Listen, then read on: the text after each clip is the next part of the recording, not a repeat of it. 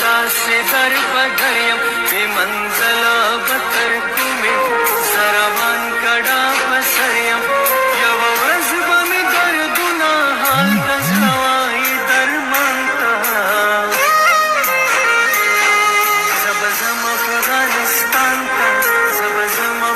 په یواد کې غیر قانوني تور باندې د افغان مهاجرونو بیرته ستنېدل دوام لري. د چمن مرستیال کمشنر حبیب احمد بنګلزی په وینا 400 کورنۍ چې د هیواد د بېلابېلو برخو څخه هولډینګ کیمپ ته راوړل شول چې هغه بیرته د بوت په ورځ افغانستان ته واستول شول. موږ په پاکستان کې تقریبا 10 کاله عمر تیر کړی دی، نو پاکستان حکومت موږ سره ډېر همکاري کړې ده په هر فیلډ کې، په هر ځای کې، په هر وخت کې. نو موږ اوس په خپل خوښه په خپل طبیعت سره د خپل وطن نه واپس روان یو، ډېر خوشحاله یو. ډېر ښه خدمت یې جوړ کړی دی، ډېر ښه خدمت کېږدلی.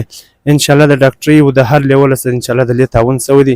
انشاءالله که خدای کول چاته څه تکلیف شی نشته، بالکل ډېر ښه امن او سکون دی. خلک په خوشحالي روان دي، خلک ډېر خوشحاله دي. غواړو اوس خو موږ راواړولو، کورونه مو نیم هلته پاته دي، نیم په افغانستان کې دي. موږ یې دلته راوړو، کورونه م کراچۍ کې پاته سوه. موږ سره د یو هیلپ وسي، دا کورو د کاروبار ګودامونه ډک پاته دي. موږ افغانستان ته واپس روان یو اوس.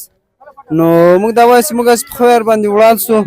دلته دا بچیان له لوږې ولا داسې یو مخ یا خوړېږي له لوږې چې نو خدای داسې موږ خدای په خیر ورسوي. د نادرا د لارې د معلوماتو د بیا راټولولو سربیره د پاک افغان پولې 0 پوینټ ته نږدې جوړ شوی هولډینګ کیمپ کې میډیکل کیمپ هم جوړ شوی دی چې ناروغ افغانان د علاج وروسته لیږل کیږي. هر څه تقریبا 1.5 مریضان دلته کتلي دي چې په هغې کې زموږ سره ډېر قسم مریضان د تبو، د زکام او د عملو مریضان ولو.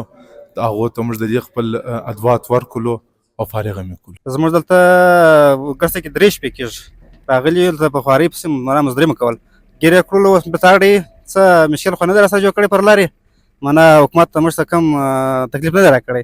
منګابېت هم بارډر پاسه کې یاړی یم. ما 20 کاله په پاکستان کې تیر کړي دي، مګر همسایګان چې وو زموږ دا ډېر ښه خلک وه، د پاکستان خلک وه. دونه همکاري یې راسره کوله چې خپل ورونه هم زیاته همکاري نه راسره کوي. خو زه دغه پاکستان د خلکو څخه ډېر خوشحاله یم، ډېره شکریه یې ادا کوم. چارواکي وایي چې د اپریل لومړۍ نیټې راهیسه 3280 افغانان چمن د پولې له لارې بېرته افغانستان ته واستول شول. افغانان چې خپل هېواد ته واپس ځي، پاکستان د خلکو میلمه پالنې څخه مننه وکړه. ویل چې دوی د پاکستان څخه ډېر یادونه واپس کور ته وړي. د کیمرا ټیم سره اختر، گلفام، سنو، خیبر پښتونخوا، چمن.